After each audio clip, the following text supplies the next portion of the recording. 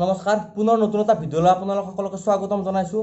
আজি আমি এনেকুৱা এখন সমাজত বাস কৰি আছোঁ য'ত মানে ৰিয়েল টেলেণ্টে কেতিয়াও একো স্কোপ নাপায় আৰু ফটোৱামি কৰি মক্কেলামি কৰি খুব সহজে ফেমাছ হৈ যাব পাৰি।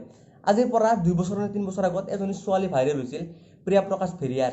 তো তাই কিয় ভাইৰেল হৈছিল? এটা ভিডিঅ'ত এটা চকুত টিপ মাৰিছিল, সামান্য চকুত টিপ এটাৰ কাৰণে ৰাতাৰাতিৰ ভিতৰত তাৰ ফলোৱাৰ্ছ হৈ গৈছিল ইনষ্টাগ্ৰামত 7.1 মিলিয়ন।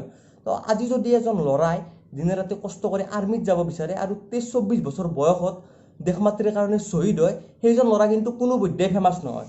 হয়তো পেপাৰৰ মাজৰ ফালে তেওঁৰ এটা সৰু চাই ফটো দিব, দেশৰ কাৰণে শ্বহীদ হ'ল এটা সেনা জোৱান বুলি তলত এটা সৰু চাই লাইন লিখি দিব, আৰু ফেচবুকত যদি কোনোবাই সেই বস্তু পায় হয়তো 3-4জন মানুহে সেইটো শ্বেয়াৰ কৰিব, কিন্তু পিছদিনা সকলোৱে পাহৰি যাব, এইটো চব সকলোৱে পাহৰি যাব। ফেমাছ কিন্তু কেতিয়াও নহয়। দেশৰ কাৰণে কিমান আৰ্মি শ্বহীদ হৈ আছে তেনেকুৱা কোনো ফেমাছ নহয়, কিন্তু এক্ট্ৰেছ এটাই যদি বা তেনেকুৱা মডেলে যদি এটা চকুত টিপ মাৰে ৰাতাৰাতিৰ ভিতৰত ফেমাছ হৈ যায়। টিকটকৰ এটা ষ্টাৰ আছে মিষ্টাৰ ফাইজু নেকি, তাৰ নামটো মোৰ ভালকৈ মুখত নুফুটে। সি এটা ইণ্টাৰভিউত কৈছিল সি বোলে বহুত ষ্ট্ৰাগল কৰি এইটো পৰ্যায় পাইছিল, আৰু তাৰ ষ্ট্ৰাগলবিলাক কেনেকুৱা ধৰণৰ, চলাটো ইনকে দিলে চেঞ্জ হৈ যাব, মাথাত ডিমা এটা ভাঙি দিলাক, হাতেদি ইনকে দিলে পাউডাৰ উৰি যায়, লুকটো চেঞ্জ হৈ গ'ল, সেইটোৱে তাৰ ষ্ট্ৰাগল। আৰু সেইবিলাক ষ্ট্ৰাগল মানে হাৰ্ড ৱাৰ্ক তাৰ মতে, আৰু সেইটো কৰি সি ফলোৱাৰ্ছ পাইছে 12.2 মিলিয়ন। আৰু আমাৰ ৰাজপাল যাদৱ কমেডিয়ান, জানো কিমান পুৰণা এক্টৰ, তেখেতৰ ষ্ট্ৰাগল ফলোৱাৰ্ছ হ'ল আজি 509,000, মানে 509K। তো ভাবি চাওক, মিষ্টাৰ ফেজু কালি পৰহি ল'ৰা এটা ফেমাছ হৈছে, আৰু ৰাজপাল যাদৱ কিমান পুৰণা, তেখেতৰ ফলোৱাৰ্ছ মাত্ৰ 509,000। তো ভাবিলেই এইবিলাক বেয়া লাগে। তো কাৰণ ৰিয়েল টেলেণ্টে আমাৰ ইয়াত কেতিয়াও, আমাৰ দেশত ৰিয়েল টেলেণ্টে কেতিয়াও একো স্কোপ নাপায়, আৰু এই ফটো আমি মক্কেলামি কৰি খুব সহজে মানে ফেমাছ হৈ যাব পাৰি।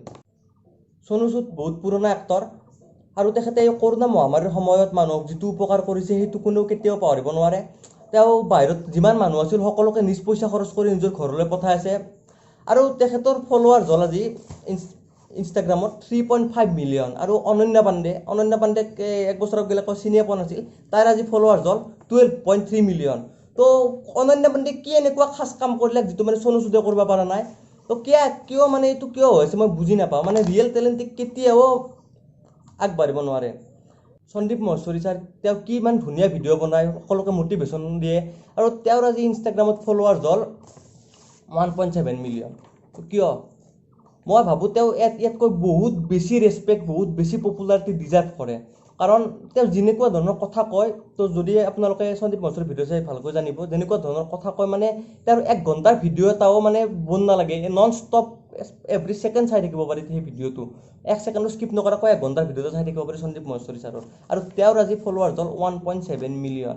আৰু এইভাগে যদি আমি চাওঁ, কোনোবা এটা এক্ট্ৰেছ নতুনকৈ উঠিলে 6 মাহৰ ভিতৰতে তেওঁৰ 10 লাখ, 10 মিলিয়ন, 20 মিলিয়ন ইজি এনেকৈ হৈ যায়। সুশান্ত সিং ৰাজপুতক আজি ফিল্ম ইণ্ডাষ্ট্ৰীৰ সকলোৱে ছাপোৰ্ট কৰি আছে, সকলোৱে চিম্পেথি দি আছে, কিন্তু যদি তেওঁ জীয়াই থকাতে এইখিনি চিম্পেথি, এইখিনি ছাপোৰ্ট পালে হয়, তেতিয়া হয়তো আজি এইটো দিন দেখিব লগা নহ'লহেঁতেন। সুশান্ত সিং ৰাজপুত এক্টৰ আছিল বাবে আমি সকলোৱে কথাটো গম পাইছোঁ, কিন্তু সুশান্ত সিং ৰাজপুতৰ দৰে আৰু কিমানে আমি নজনাকৈ আত্মহত্যা কৰিছে? কাৰণটো হ'ল যে তেওঁলোকে প্ৰতিভা থকাৰ পিছতো ক'তো স্কোপ নাপায়, তাৰ বাবে বহুত মানুহ, বহুত ল'ৰা ছোৱালী ডিপ্ৰেশ্যনত পৰি আত্মহত্যা কৰিছে। আৰু শেষত অপ্ৰিয় হ'লেও সত্য কথা এটা কওঁ, দুখীয়া ঘৰৰ ল'ৰা এজন ছাকচেছফুল হ'বলৈ হ'লে তেওঁক hard work, talent, good luck সকলোখিনি লাগিব, কিন্তু ধনী ঘৰৰ ল'ৰা এজন ছাকচেছফুল হ'বলৈ হ'লে দেউতাকৰ পৰিচয়টোৱে যথেষ্ট। টেলেণ্ট থাকক বা নাথাকক ন' মেটাৰ, একো সেইটো মেটাৰে নকৰে।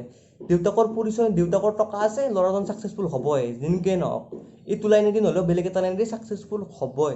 তো সেইটোৱে আমাৰ সমাজত আজি চবতকৈ ডাঙৰ ব্যাধি বুলি ক'ব পাৰি। সুশান্ত সিং ৰাজপুতৰ আত্মাই চিৰশান্তি লাভ কৰক, সেই ভগৱানৰ ওচৰত প্ৰাৰ্থনা।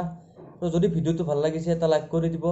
আমাৰ এতিয়া কালিৰ পৰা লাইন নাই, ফেন নাই, গৰমত ঘামি জামি ভিডিঅ' বনাই আছোঁ। তো যদি ভাল লাগিছে এটা সৰু চাই লাইক কৰি দিব, সেই যথেষ্ট।